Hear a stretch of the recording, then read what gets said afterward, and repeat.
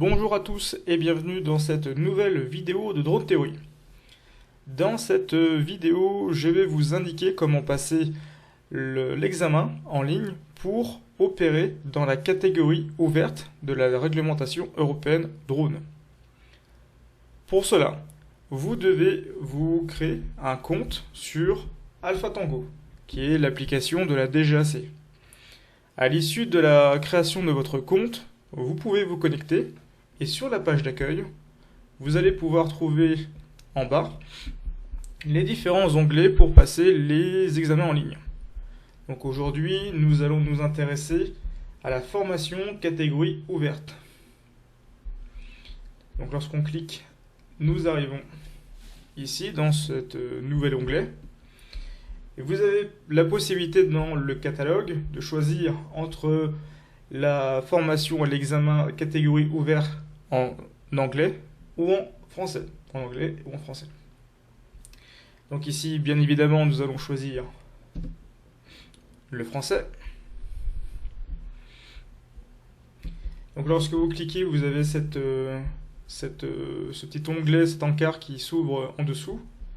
Et là, vous pouvez choisir de vous inscrire. C'est exactement ce qu'on va faire. Donc l'inscription est réussie. Vous venez de vous inscrire à la formation catégorie ouverte. Ok. Donc là, on va remonter dans la barre tout en haut. Nous allons aller dans mes formations. Voilà, donc je retrouve bien ma formation qui est affichée. Je clique dessus. Et je vais effectuer la formation et répondre aux questions de l'examen en direct. Donc commencer ou reprendre la formation. Comme vous pouvez le voir, vous n'êtes pas obligé de faire toute la formation en une seule fois.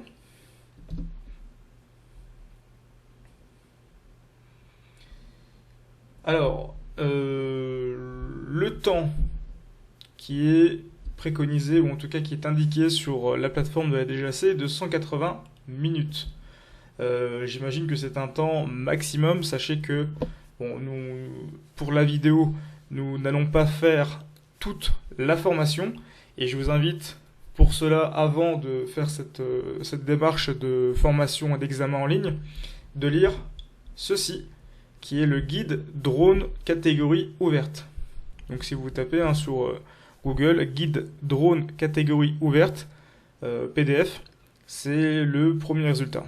Donc je vous invite très fortement à le lire avant de commencer ou d'effectuer une première démarche d'examen. Donc nous allons commencer le module.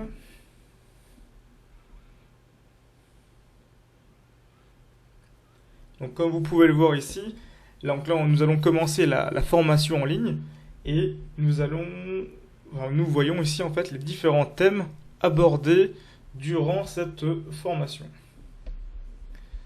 Donc un certain nombre de thèmes renvoient vers des vidéos qui sont déjà en ligne sur le site de la DGAC ou directement sur YouTube. Et c'est sur ces différentes informations que va s'appuyer l'examen qui va suivre. Alors, nous allons passer finalement au fur et à mesure toutes ces formations.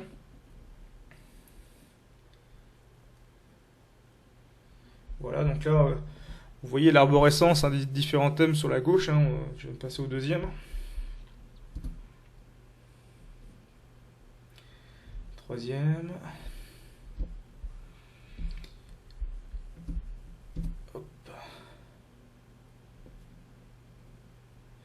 Alors, contrairement à ce que vous avez pu voir dans une première version pour la partie loisir, ce qui était anciennement le loisir, vous n'avez pas l'obligation de rester ou entre guillemets de faire défiler le compteur en termes de temps.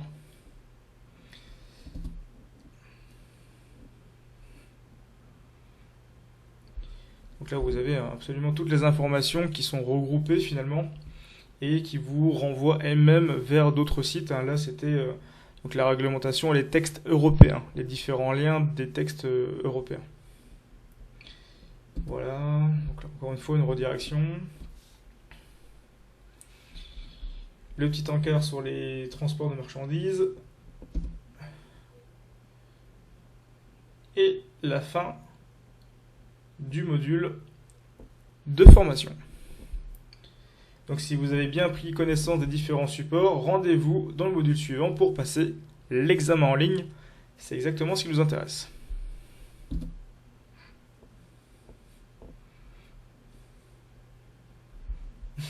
Bon là, forcément. Donc vous pouvez passer au module suivant. Je passe mon test en ligne.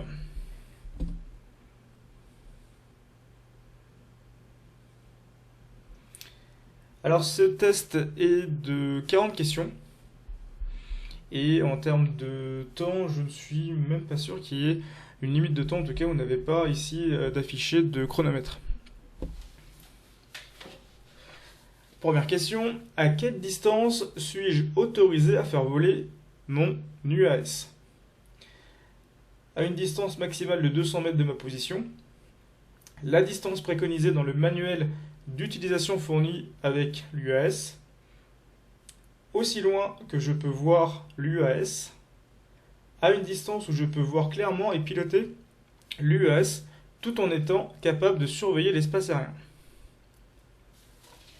Alors, dans le guide catégorie ouverte, lorsqu'on vous parle de distance, donc il faudrait que je cherche en fait et que je retrouve. Effectivement, aujourd'hui, nous n'avons plus de distance métrée, on va dire, à chaque fois. Et comme pour le loisir, vous devez juste garder votre appareil en vue et pouvoir le piloter à tout moment, en ayant bien entendu un regard sur l'environnement. Donc pour moi, je répondrai la dernière ici, à une distance où je peux voir clairement et piloter mon appareil, tout en étant capable de surveiller l'espace aérien. Alors au même titre que l'examen, ça bug pas, vous n'avez pas la réponse directement à l'issue, enfin la bonne réponse ou la correction à l'issue du remplissage de votre réponse à vous. Donc il faudra attendre de répondre à l'ensemble des 40 questions pour avoir votre score final. La consommation d'alcool peut-elle affecter la sécurité de votre vol? Donc là, question assez facile. Oui, toujours. Oui, mais uniquement dans un espace aérien contrôlé. Oui, mais seulement si l'alcoolémie dépasse 0,5 g par litre de sang. Non, la consommation d'alcool est sans effet sur les télépilotes. Ce serait bien. Alors, bien entendu, hein, la question facile, réponse facile, oui, toujours.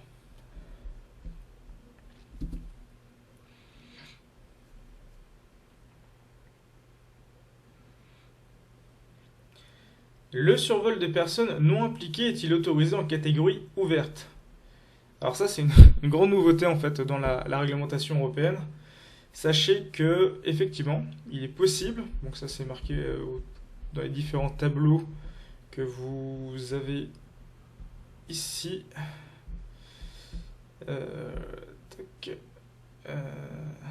Voilà, dans la catégorie Open A1. Survol toléré de personnes isolées, pas de survol de rassemblement de personnes. Et donc cela concerne exclusivement les drones de moins de 250 grammes. Pour tous les drones, toujours dans l'utilisation de la sous-catégorie A1, donc Open A1, pardon, ceux qui font donc moins de 900 grammes, il est également possible de voler près des personnes sans pour autant les survoler. On peut seulement les survoler lorsque le drone fait moins de 250 grammes, comme c'est indiqué ici. Alors pour ça, voilà. Alors, non, survoler les personnes non impliquées, toujours interdit. Non, il faut exploiter en catégorie spécifique. Oui, mais seulement lors d'exploitation dans les sous-catégories A1 et A2. Oui, en sous-catégorie A1 avec un UAS de classe C0 ou un UAS pesant moins de 250 grammes et volant à une vitesse inférieure à 19 mètres par seconde. C'est tout à fait exact. La dernière réponse.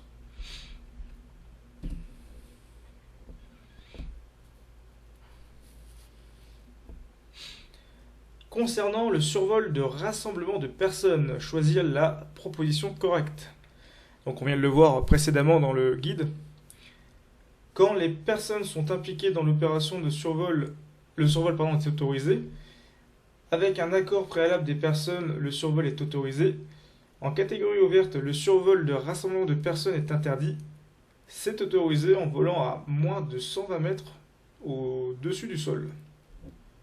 Alors, le survol de rassemblement de personnes, systématiquement et pour la catégorie ouverte, sera, à mon sens en tout cas, interdit.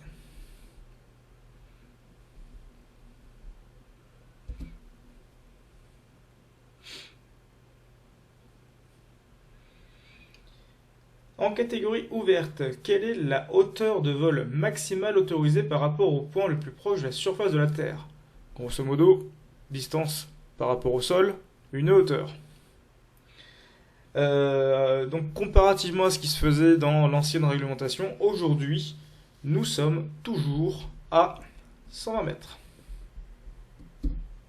Ah oui, c'est bien précisé, excepté les sites d'aéromodélisme, parce que certains sites d'aéromodélisme ont la possibilité d'aller à plus de 120 mètres. Donc il faut un certain nombre d'autorisations de la DSAC pour ça. Et en plus, c'est souvent marqué sur les cartes aéronautiques. Mais, excepté ça, nous sommes toujours à 120 mètres maximum de haut.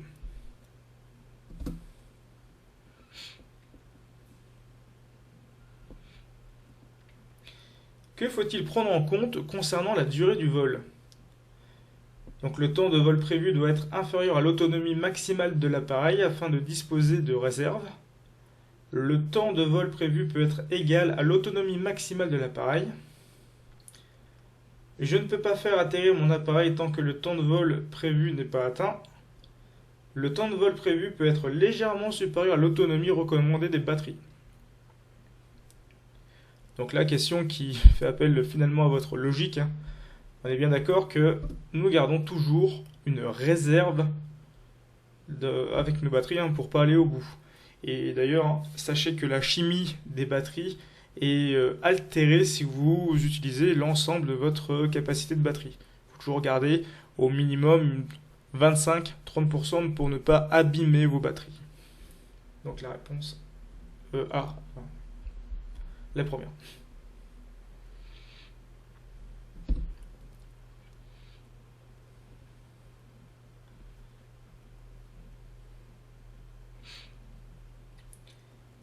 Alors quel facteur ne justifie pas le report de mon vol?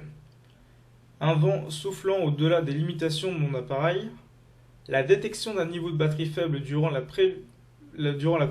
visite pré-vol, un signal GPS dégradé si mon appareil en est équipé, un plafond nuageux à 300 mètres. Une nouvelle fois, question qui fait appel à votre logique, hein. Si vous avez un vent qui souffle au-delà des limitations de votre appareil, il ne faudra absolument pas voler, au risque de perdre le contrôle de votre appareil. La détection d'un niveau de batterie faible durant la visite pré-vol, bien entendu, vous n'allez pas commencer un vol si votre limite de batterie est déjà atteinte. Un signal GPS dégradé. Pour certains drones d'ailleurs, ils ne pourront même pas décoller si vous n'avez pas l'ensemble des GPS. Et par contre, un plafond nuageux à 300 mètres, grosso modo 1000 pieds, ça ne va pas vous déranger pour voler. Ça ne fera juste pas forcément de belles images, mais en tout cas, ça ne va pas être dangereux.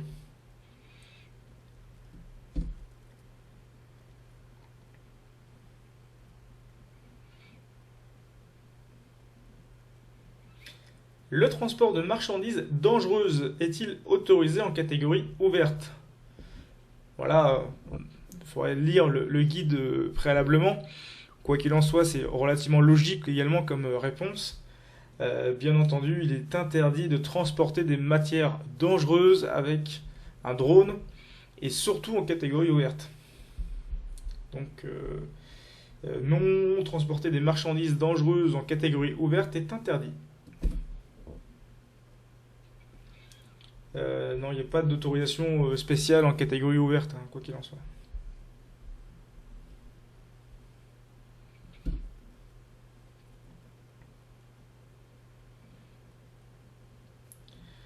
Alors, qu'est-ce qui n'est pas considéré comme une marchandise dangereuse?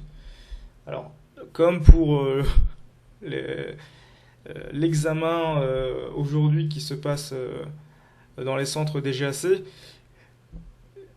donc la même, on va dire, même procédure, la DGAC aime bien les négations, ou voire même les doubles négations dans les énoncés. Donc là, comme vous pouvez le voir, il y en a une. Qu'est-ce qui n'est pas considéré comme une marchandise dangereuse? Donc le gaz, c'en est une. Les liquides ou solides inflammables, c'en est encore. Les substances corrosives, c'en est également. Les outils, par contre, les pinces, tournevis, etc., donc ce sont pas des matières dangereuses, hein. La matière en elle-même, c'est peut-être du métal ou du plastique, je ne sais pas. En tout cas, ce n'est pas de la matière dangereuse.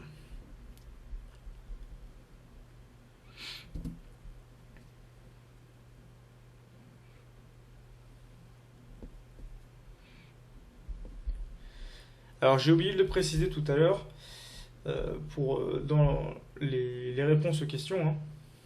Je vais revenir sur une question précédente. Vous avez ici la possibilité donc de répondre et ensuite de valider. Donc si je reprends celle-ci, voilà, celle d'après, pardon. Hop. Il faudra, pour utiliser ce bouton ici, répondre à l'ensemble des questions pour valider ensuite le QCM. Voilà ce que.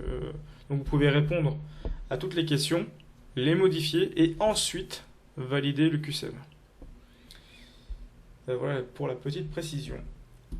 Pendant la visite prévol, un télépilote n'est pas obligé de vérifier le montage correct ou est sur les hélices, les plans de vol de l'aviation habitée dans les alentours, le niveau de batterie de l'appareil et de la radiocommande, l'espace aérien aux alentours et les autres utilisateurs de l'espace aérien. Donc là, encore une fois, nous avons une belle négation. Attention. Donc là, je dois rechercher qu'est-ce qui n'est pas obligatoire de vérifier. Alors le montage correct des hélices, bien entendu que oui. Les plans de vol de l'aviation habitée dans les alentours, ça, il faut déjà réussir à trouver l'information, ce qui peut forcément être évident, mais ça je ne pense pas. Le niveau de batterie de mon appareil et sa radiocommande, ça bien entendu que oui, je ne vais pas décoller avec une radiocommande vide ou un appareil, une batterie vide. L'espace aérien aux alentours et les autres utilisateurs de l'espace aérien. Ça également, si je me trouve en plein dans les axes de Roissy-Charles de Gaulle, dans la CTR de Paris, je peux me faire tomber dessus parce que j'aurais pas vérifié l'espace aérien autour de moi. Donc là, qu'est-ce que je ne suis pas obligé de vérifier? Pour moi, les plans de vol de l'aviation habitée dans les alentours.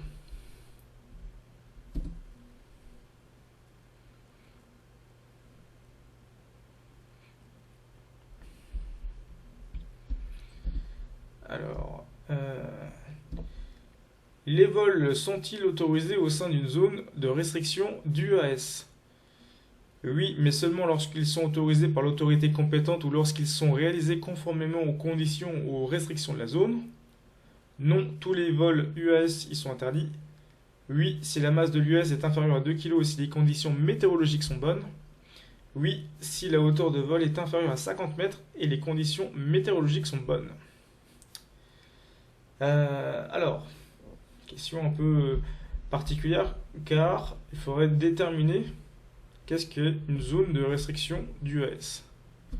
Alors pour ça, logiquement, vous avez de la carte avec le fond de carte géoportail avec les différentes couleurs et donc soit à l'approche des aéroports ou aérodromes ou soit lorsque vous êtes en ville ou hors agglomération, hors zone peuplée en tout cas, vous avez différentes coloris et différentes du coup hauteurs à respecter ou différentes zones pour pouvoir voler ou ne pas pouvoir voler.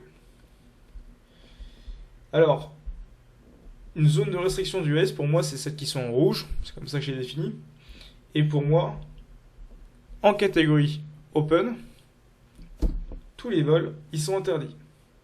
Alors pour le coup, je sais pas si je réponds à cette question, mais en tout cas, c'est ce que, dans ma logique, hein, c'est ce que j'aurais répondu.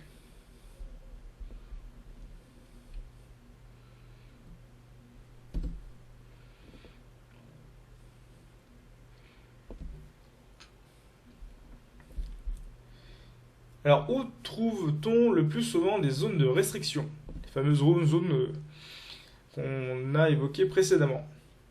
À proximité de monuments, autour de lacs et de rivières, dans les zones rurales ou à proximité des aéroports. En tout cas, dans les trois questions que nous avons ici, j'ai oublié de préciser tout à l'heure également que, comme c'est indiqué ici, il ne faut cocher qu'une seule réponse. Donc vous ne pouvez pas avoir plusieurs réponses possibles dans les questions. Et pour moi, en tout cas celle qui me saute aux yeux, ce serait à proximité des aéroports.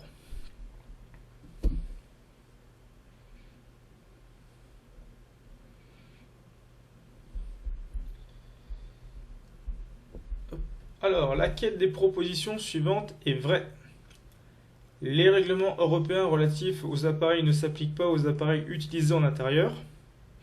Les règlements européens relatifs aux appareils ne s'appliquent pas aux appareils utilisés dans un site dont vous êtes propriétaire comme le jardin de votre maison. Les règlements européens relatifs aux appareils ne s'appliquent pas aux appareils captifs reliés par un câble à la terre. Les règlements européens relatifs aux appareils ne s'appliquent pas aux appareils de moins de 250 grammes. Alors, 250 grammes, on l'a vu précédemment qu'il y avait effectivement une réglementation européenne, donc ça, je l'élimine. La réglementation, elle s'applique à tout ce qui vole, même si c'est relié au sol avec un câble, si c'est captif. Et à partir du moment où je suis dehors, et même dans mon jardin, dans ma propriété privée finalement, je dois quand même respecter la réglementation en vigueur. Parce que je suis dans l'espace aérien. Donc le seul cas pour moi ici que je vois, et qui est parfaitement logique, c'est l'utilisation d'appareils en intérieur.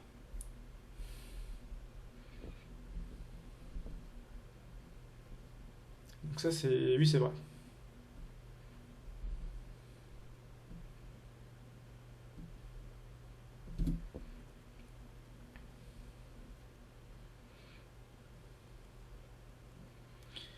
Les opérations dans la catégorie ouverte nécessitent la certification de l'appareil par les autorités européennes et une licence de télépilote, une évaluation des risques de sécurité ou une déclaration opérationnelle à soumettre à l'autorité compétente, une autorisation de l'autorité compétente, l'enregistrement de l'exploitant, le respect des limites opérationnelles de la catégorie et le respect des exigences de compétences du télépilote.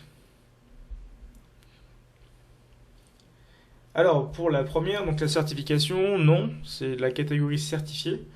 Donc ça ne concerne pas la catégorie open, ouverte. Une évaluation des risques de sécurité, c'est ce qu'on va retrouver dans la catégorie spécifique avec les modèles de SORA. Une autorisation de l'autorité compétente, non, parce que à chaque fois, et actuellement sur Alpha Tango, vous allez avoir, c'est une déclaration en fait qu'il faudra faire. Et cette déclaration, elle prend la forme de l'enregistrement de l'exploitant. Et bien entendu, le respect des différentes règles qui sont attraites à la catégorie Open.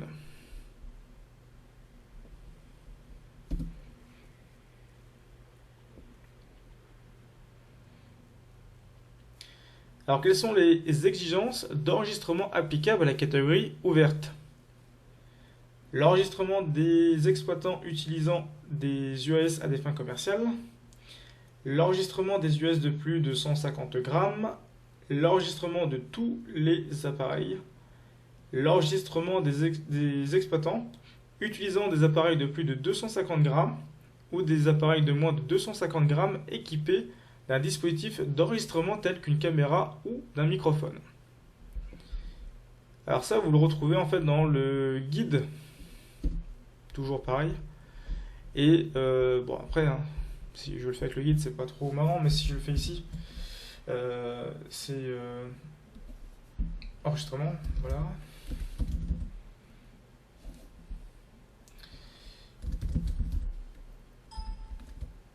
J'y arrivé.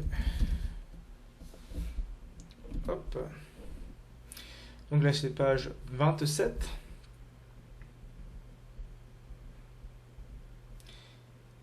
Et page 27, on me dit que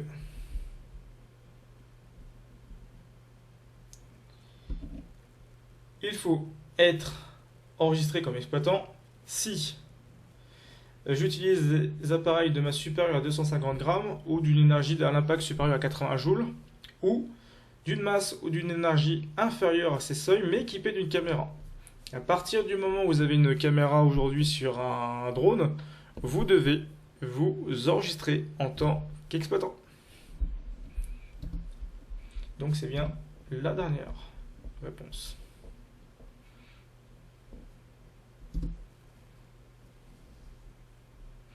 Il n'y a plus de notion, comme on l'avait précédemment avec l'activité particulière, il n'y a plus de notion de commercial ou pas commercial. Alors, je crois que c'est une question qui va peut-être arriver après d'ailleurs. Bien entendu, hein, si vous souhaitez vendre des vidéos, des images, vous devez bien entendu être enregistré en tant qu'entreprise ou personne morale.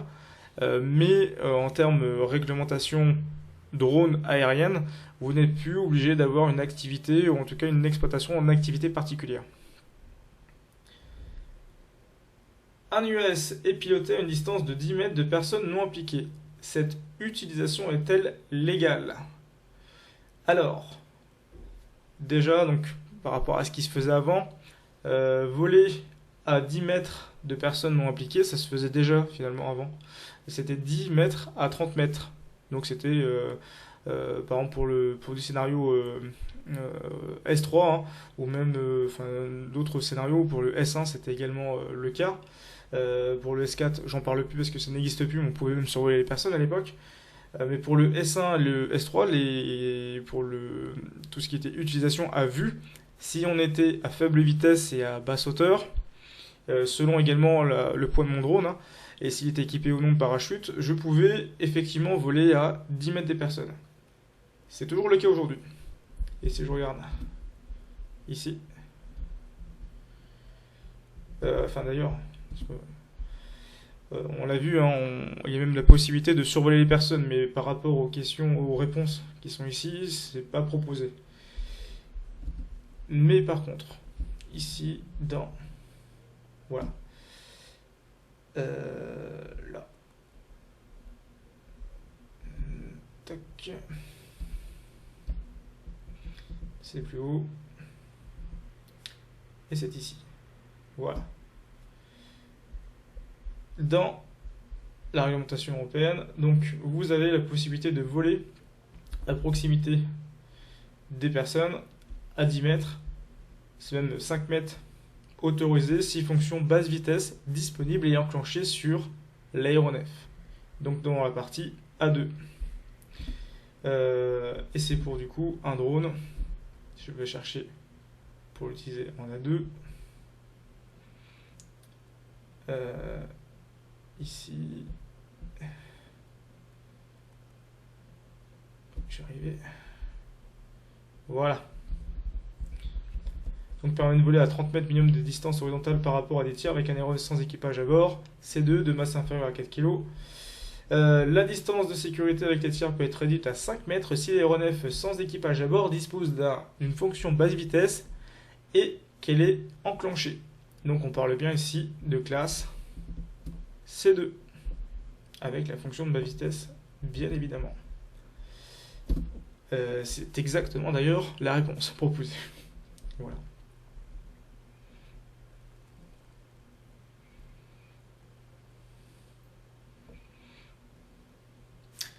« 17 sur 40. À quoi s'expose un exploitant d'UAS contrevenant à la réglementation ?» Alors, on vous propose à rien, ça c'est pas trop possible, à une amende dépendant de la catégorie, seulement un rappel à des lois et un règlement applicable par l'autorité compétente, aux amendes et aux sanctions pénales applicables dans l'État dans lequel la violation de la réglementation a eu lieu. Et ça, c'est tout à fait exact. Hop. Chez nous en France, hein, comme vous le savez peut-être, c'est 1 an d'emprisonnement et 75 000 euros d'amende maximum.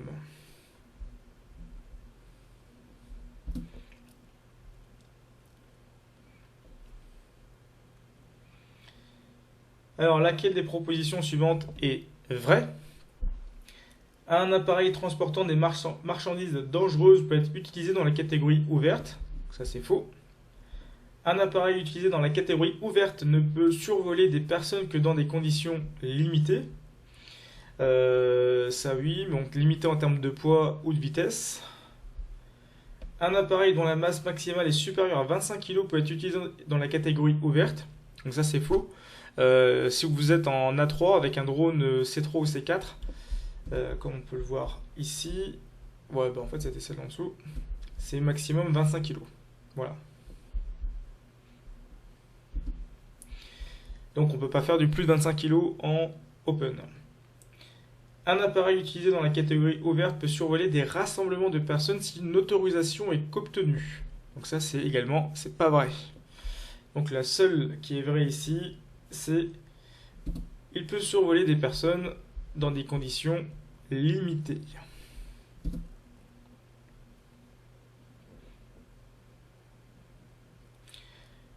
Les facteurs suivants ont une influence sur les capacités du télépilote, sauf les vêtements, la fatigue, l'alcool ou le stress.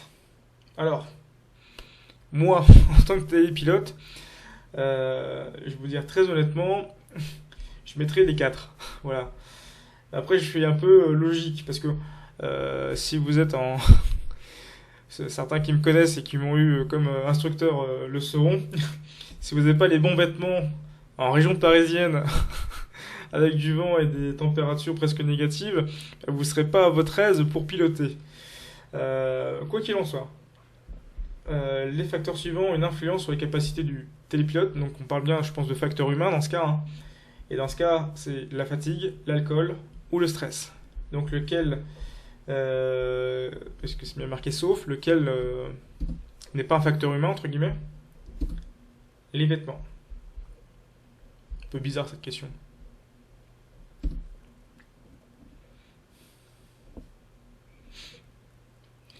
En cas de maladie, le télépilote doit voler sans précaution particulière, prendre les médicaments nécessaires et voler, annuler l'opération dans tous les cas, s'assurer que son état de santé n'affectera pas la sécurité de l'opération.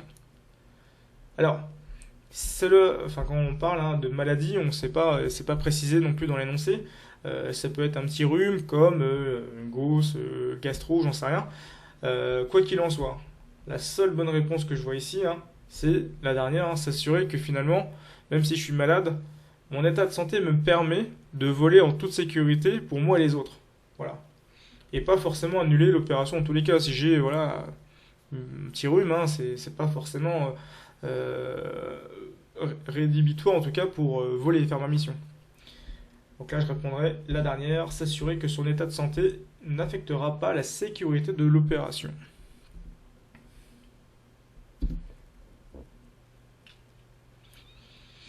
Alors on en est à la moitié des questions.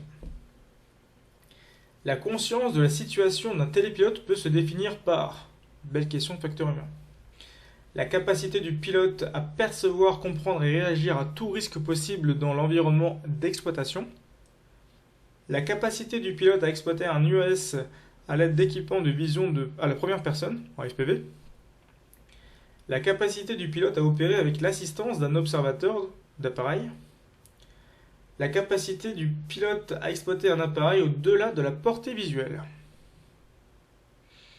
Donc là, si je fais comme à mon habitude, par élimination, déjà en catégorie open, je ne peux pas voler hors vue, donc la dernière je l'élimine.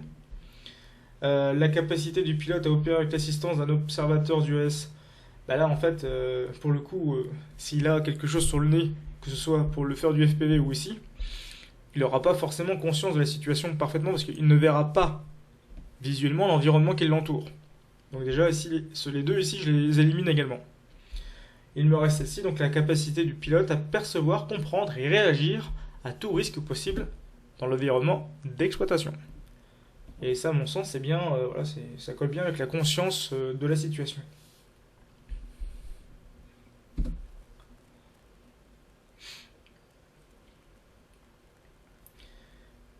Quelle est l'influence de l'alcool sur le comportement des télépilotes?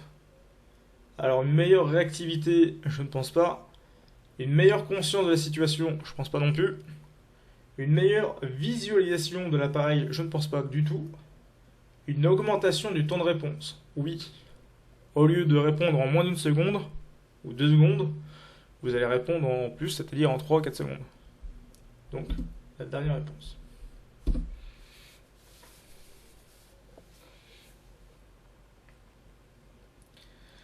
Lorsque la zone d'opération est vallonnée et comprend des obstacles, arbres, bâtiments, etc., quelle est la meilleure technique pour évaluer la présence d'une personne non impliquée? Le pilote de l'appareil utilise des panneaux d'avertissement autour de la zone mentionnant son numéro de téléphone portable. Le pilote de l'appareil procède à une ronde d'inspection de la zone d'opération. Le pilote de l'appareil prévient à haute voix du début des opérations d'appareil. Le pilote de l'appareil procède à un examen visuel détaillé de la zone d'opération depuis le site du décollage. Alors, c'est un peu une question également bizarre, hein. Si vous avez déjà fait des missions, qu'est-ce que vous avez fait vous? Moi, à vrai dire, hein, j'ai toujours fait, encore une fois, si je procède par élimination et si je refais par rapport à ce que j'ai déjà fait dans mon vécu professionnel, utiliser des panneaux d'avertissement. Alors oui, on en met, je mets pas forcément mon numéro. Procède à une ronde d'inspection. Ça oui. Je regarde en tout cas, hein. Logiquement, on est censé piloter à vue, mais il se peut que je survole quelque chose où j'ai pas une vue directe, hein. Si je passe une haie d'arbres par exemple, hein, je verrai pas ce qui se passe derrière ma haie d'arbres. Par contre, j'aurai toujours une vue directe avec mon appareil. Prévenir à haute voix du début et de la fin d'opération. Alors ça, pour le coup, c'est pas marqué, mais ça dépend de votre voix, hein. Si vous avez une grosse voix qui porte loin, une petite voix, ça sera pas pareil. Le pilote de l'appareil procède à un examen visuel détaillé de la zone d'opération depuis le site du décollage. Alors si je reprends mon exemple de la haie d'arbres qui me cache la vue, est-ce que c'est possible ou non? Voilà, pas forcément. Mais si je suis dans un champ, oui, effectivement, la dernière réponse est possible. Ou si je suis sur une partie... Ah, c'est vrai qu'on parle d'une partie vallonnée. Si je suis sur... quand on parle de partie vallonnée, si je suis tout en haut de cette partie vallonnée, effectivement, j'aurai une vue sur l'ensemble de ma zone d'opération. Alors, je sais pas où on se place par contre là. Quoi qu'il en soit, si je fais une ronde avant...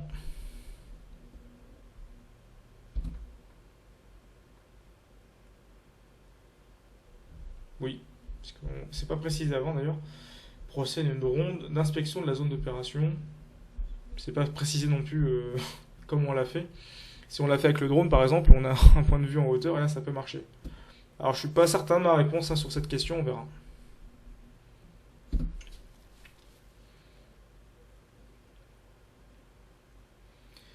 Alors pourquoi est-il particulièrement important de surveiller en permanence l'espace aérien pendant les opérations de l'appareil?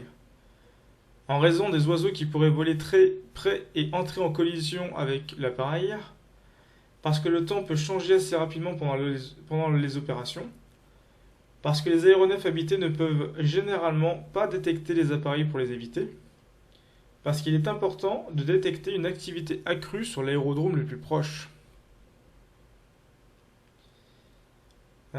Alors, ici dans la question, et en tout cas dans l'énoncé, on parle bien d'espace aérien et pas forcément d'environnement.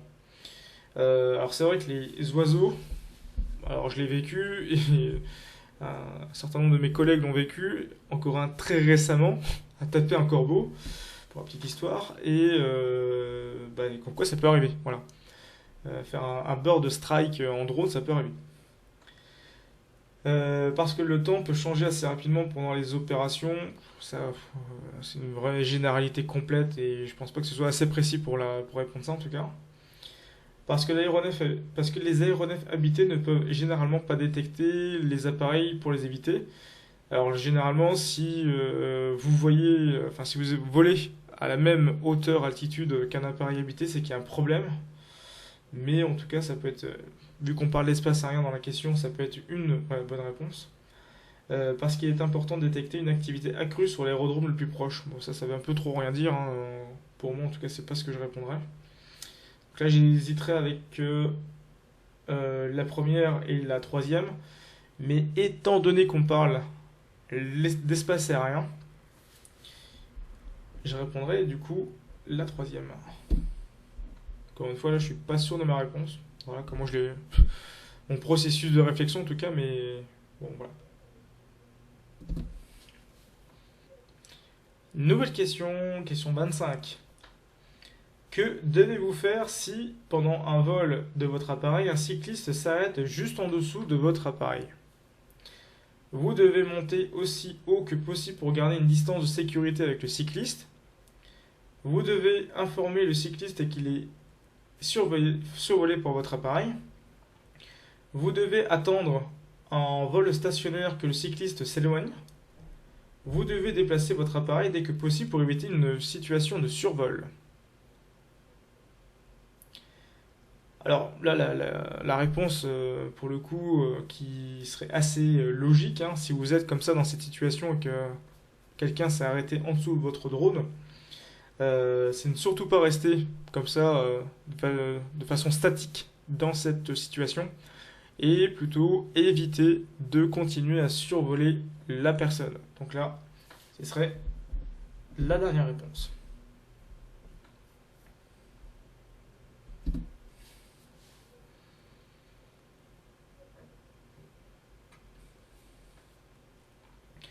Vous devez vous faire... Que devez-vous faire, pardon, en cas de perte de liaison avec votre appareil? Vous devez attendre, la liaison finira par se rétablir. Vous devez appeler les gens du quartier pour obtenir de l'aide. Vous devez attendre, il reviendra quand les batteries seront épuisées. Vous devez essayer de vous rapprocher de votre appareil pour rétablir la liaison.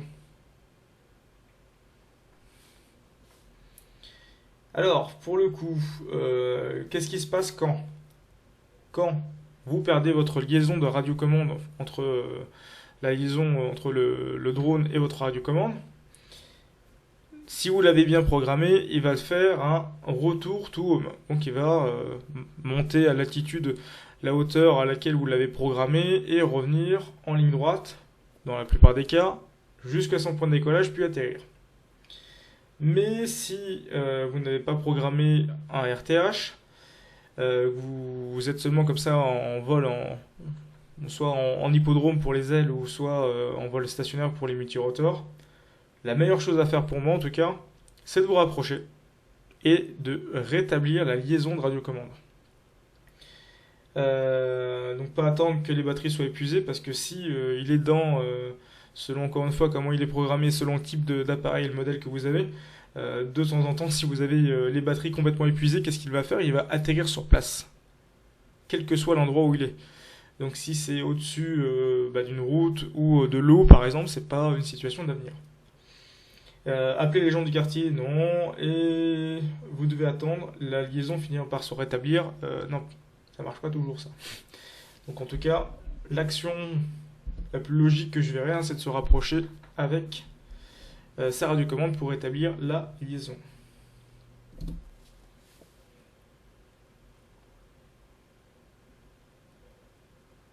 Question 27. Que dois-je vérifier à proximité de la zone de mes opérations? La présence de route, la présence d'herbes hautes, la présence de sentiers pédestres, la présence de paysages photogéniques, la présence de personnes. Donc là, ce qui est attendu, c'est 3 différentes réponses. Alors pour moi, si encore une fois je fais par élimination, hein, la présence d'herbes hautes, je m'en fiche.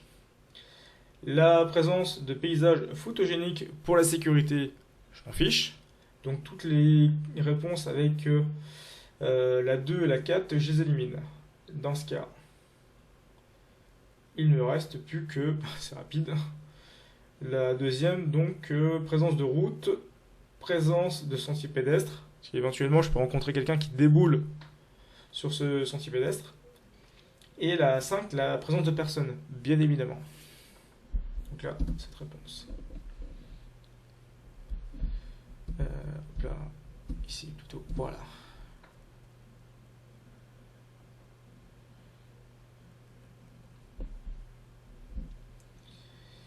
Que dois-je vérifier avant le vol? L'existence de zones de restriction, également appelées zones géographiques UAS sur Géoportail. L'adéquation des performances de mon appareil avec les conditions météorologiques réelles, en termes de vent, j'imagine, par exemple.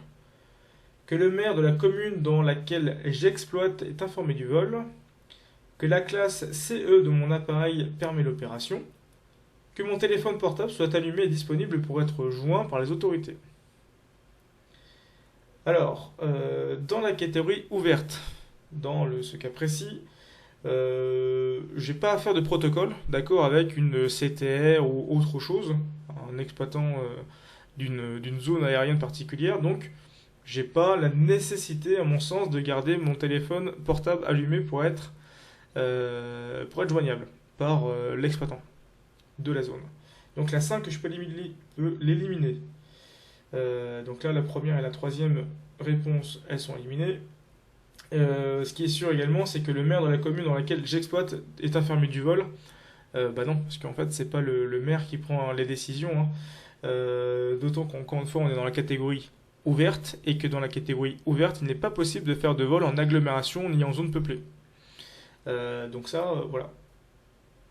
J'ai pas à la mettre. Et de toute façon, si je suis dans un champ en dehors des zones peuplées, le maire n'est pas, n'est pas dans l'obligation d'être au courant en tout cas. Donc la 5 et la 3, je les élimine. Et il me reste du coup le 1, 2, 4. La réponse, la quatrième réponse.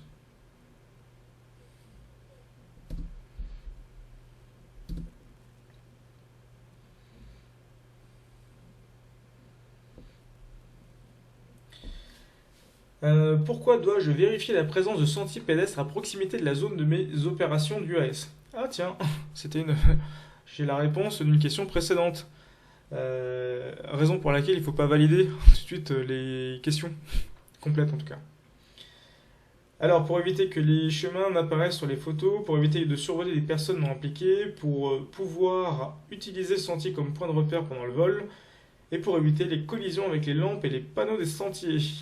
Bien évidemment, et je l'avais expliqué précédemment, c'est pour éviter de survoler des personnes qui emprunteraient ce sentier. Donc la deuxième réponse.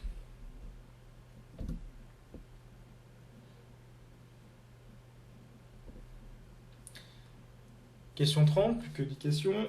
À proximité de ma zone d'opération, je dois vérifier la présence de nids d'oiseaux, de paysages photogéniques, de buissons et d'herbes hautes, d'éoliennes. Alors, le seul vrai danger que je vois ici, c'est plus l'infrastructure aérienne et c'est les éoliennes. Alors même si je reste en vue, hein, voler à proximité d'éoliennes, surtout si elles tournent, c'est pas non plus une situation d'avenir. C'est assez piégeux, vitesse des pales.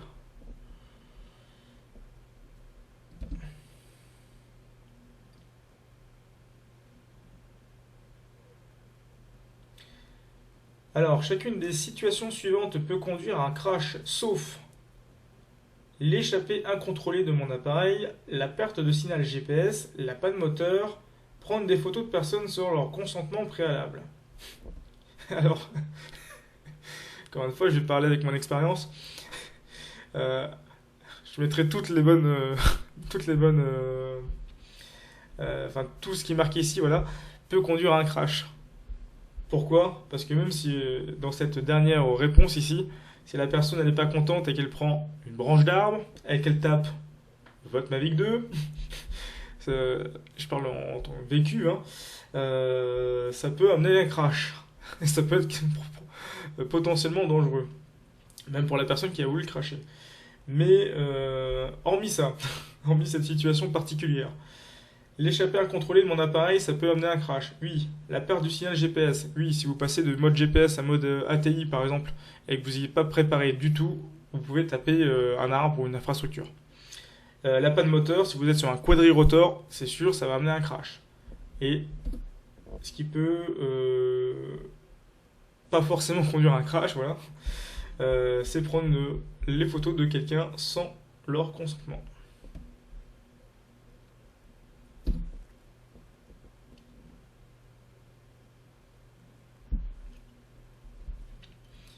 Alors, comment définir une situation anormale liée aux opérations d'UAS?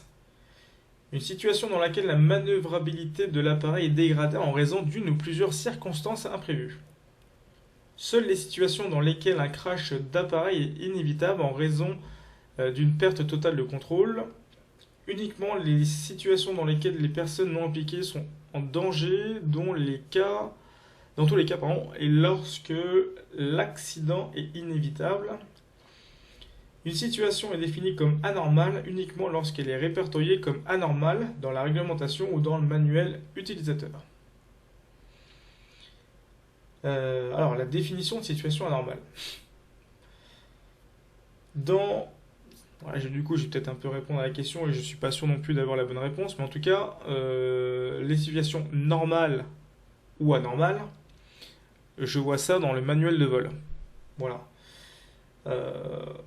Hormis dans le manuel de vol, je ne vois pas comment on peut trop définir une situation normale ou une situation anormale.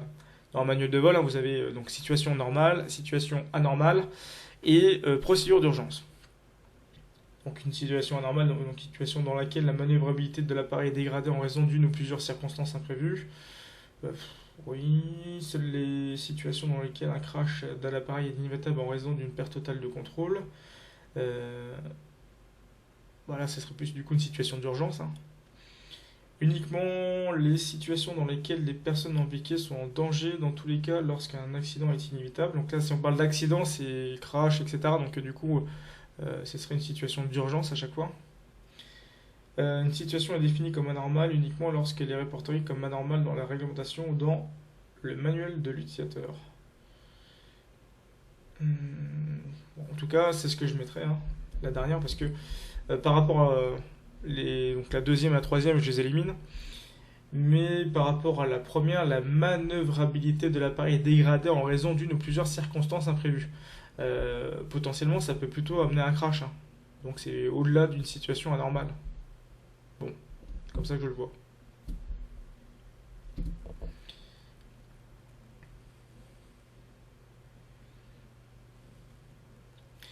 Quelle force s'oppose à l'avancement d'un appareil? Là, on est dans la mécanique de vol, très facile. Devant, vous avez la traction. Derrière, vous avez la traînée. Au-dessus, vous avez la portance. Et en dessous, vous avez ce qui vous ramène vers le centre de la Terre, le poids. Donc, qu'est-ce qui s'oppose à la force d'avancement? C'est bien la traînée. Là, on est encore sur une négation, en fait, dans la question.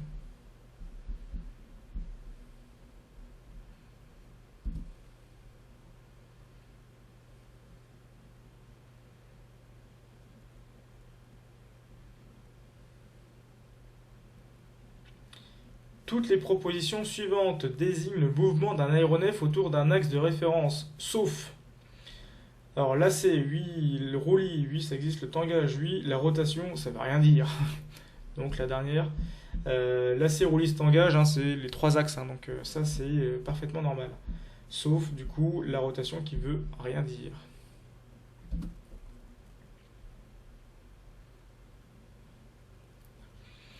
Les UAS font l'objet de limitations environnementales.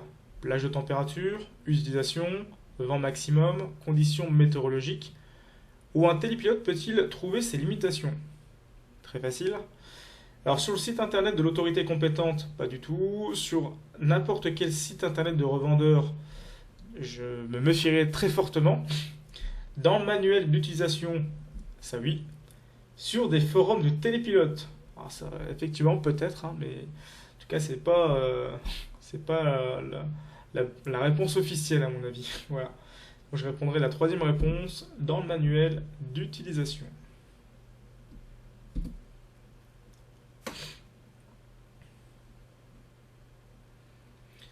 36e question. Les fréquences 2 Go4 et 5 Go8 communément utilisées pour établir la liaison entre l'appareil et sa radiocommande peuvent interférer avec quel autre système utilisant la même gamme de fréquences? Alors sachez que historiquement, tout ce qui est drone et tout ce qui est aéromodélisme, ça a été les émetteurs-récepteurs ont été utilisés, ou en tout cas sont issus d'une même technologie qui est le Wi-Fi. Pourquoi? Parce que c'était déjà fait en série et que ça coûtait moins cher. Donc les équipements de radiocommunication aéronautique, non. Les équipements Wi-Fi, bah oui. La télévision par satellite, non. C'est du LTE, c'est 700 mégas et quelques. Les équipements connectés 3G, 4G, 5G, non plus. C'est du 3 Go et quelques aussi. Donc la deuxième réponse.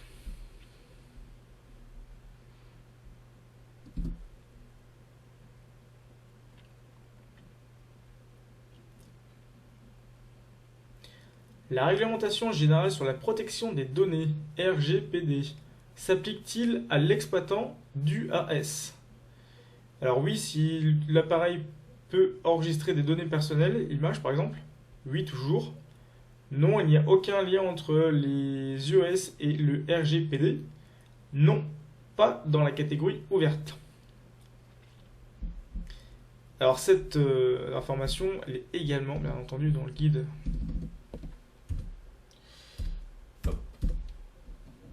Voilà, ici. Alors, donc c'est pour information, donc c'est la page 50. Voilà, donc vie privée, protection des données personnelles. Donc le droit à la vie privée des personnes doit être respecté. Les personnes présentes doivent à minima être informées si l'aéronef est équipé d'une caméra ou tout autre capteur susceptible d'enregistrer des données personnelles permettant de les identifier. Selon les cas d'usage, le contexte d'utilisation et des informations collectées et traitées, l'usage professionnel d'un aéronef sans équipage à bord peut faire partie intégrante d'un traitement de données à caractère personnel.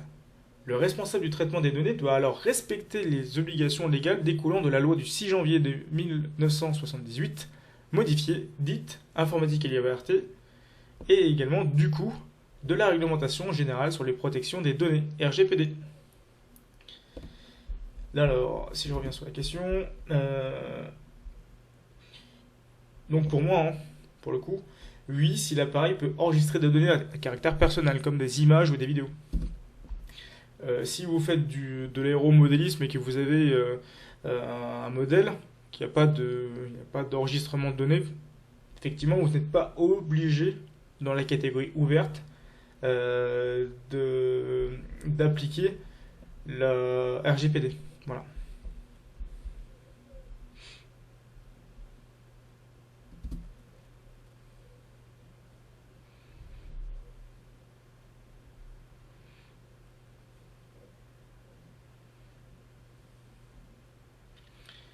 Alors justement, qu'est-ce qu'une donnée personnelle?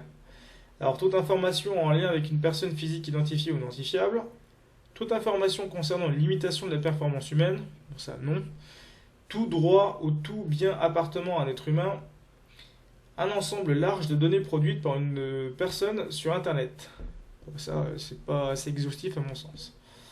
Tout droit ou tout bien appartenant à un être humain, non, parce que, bon, encore, on va dire que si on est reconnu, etc., donc c'est nous, mais si c'est notre voiture qui est dans une photo qui est prise d'un ensemble dans une rue, etc., pas forcément, et encore moins sur le droit, quoi. Donc c'est bien toute information en lien avec une personne physique identifiée ou identifiable.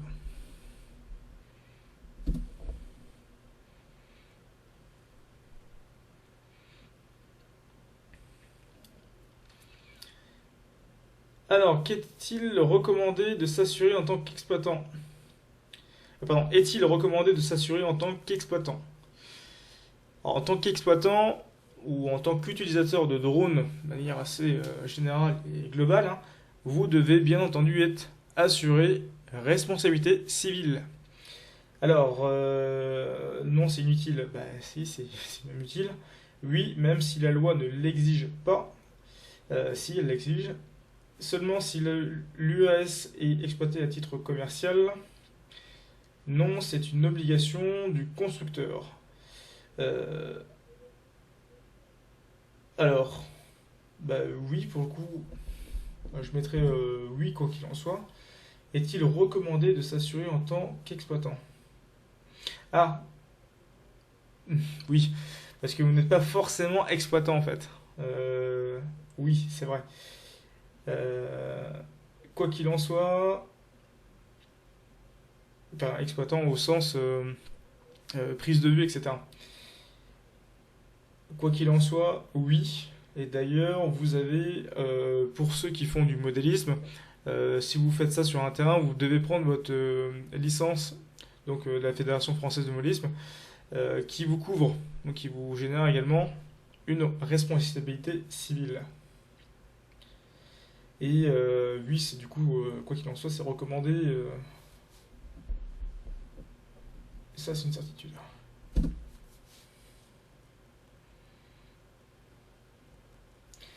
Alors, quelle proposition suivante désigne une menace pour la sûreté? Le survol d'un site interdit, prison, centrale nucléaire par exemple, le vol en UCTR, le vol hors vue, de larguer des tracts commerciaux au-dessus d'un regroupement de personnes. Alors quand on parle de sûreté ici, c'est comme ça que je le comprends, hein, c'est la sûreté nationale. Et dans ce cas, c'est toutes les zones qui sont assez craignos, et notamment les zones P, prohibition, interdites. Donc là, bah, centrale nucléaire, par exemple. Donc le vol en CTR, c'est pas une menace pour... c'est une menace pour la sécurité aérienne, ça c'est une certitude. De voler hors vue, c'est pareil. De larguer des tracts au-dessus de personnes, de regroupement de personnes, c'est également voilà, c'est dangereux pour les personnes au sol. Mais en tout cas, si on parle bien de sûreté, je répondrai la première réponse. Donc là, je valide et j'ai répondu aux 40 questions. Félicitations, je viens de réussir. Donc j'ai fait 95%, a priori j'ai... Ah, j'ai deux mauvaises réponses. Alors, on va aller voir. Les vols sont-ils autorisés au sein d'une zone de restriction d'UAS? Alors c'est... Oui. Alors c'est la remarque que j'avais faite. On n'a pas la réponse en fait. J'aurais bien voulu voir quelle était la bonne réponse. De mémoire, j'avais répondu non. Dans une zone de restriction, j'avais dit non de mémoire. Donc de toute façon, je regarderai la vidéo. Et la fameuse situation anormale. Alors ouais, voilà. Je l'avais déjà annoncé, hein, j'étais pas sûr de ma réponse sur ce coup. A priori, c'était l'autre réponse sur laquelle j'avais hésité. Voilà, voilà, donc j'ai passé en direct devant vous mon examen théorique pour la catégorie open, la catégorie ouverte. Ah bah si, en fait, pardon, il y a les... Là, j'avais jamais été au bout en fait, hein. C'est pour la raison pour laquelle je découvre en même temps que vous. Ah oui, c'est ça. Voilà. Bon, en fait, j'avais été bêta-testeur hein, pour la plateforme et c'est une des remarques que j'avais faites. C'est que les corrections sont à l'envers en fait. C'est-à-dire que si je réponds, si je donne la bonne réponse, j'ai la correction, mais si je donne la mauvaise réponse, on ne me donne pas de correction, alors que c'est là le plus important à mon sens. Voilà. Alors oui, c'est vrai que je dois me taper toutes les...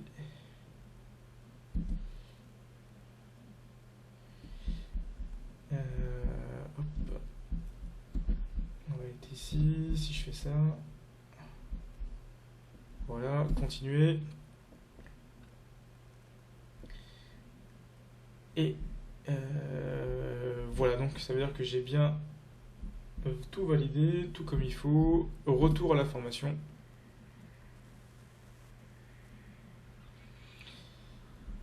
Voilà, donc j'ai validé la formation que j'avais demandée avec un score de 95%.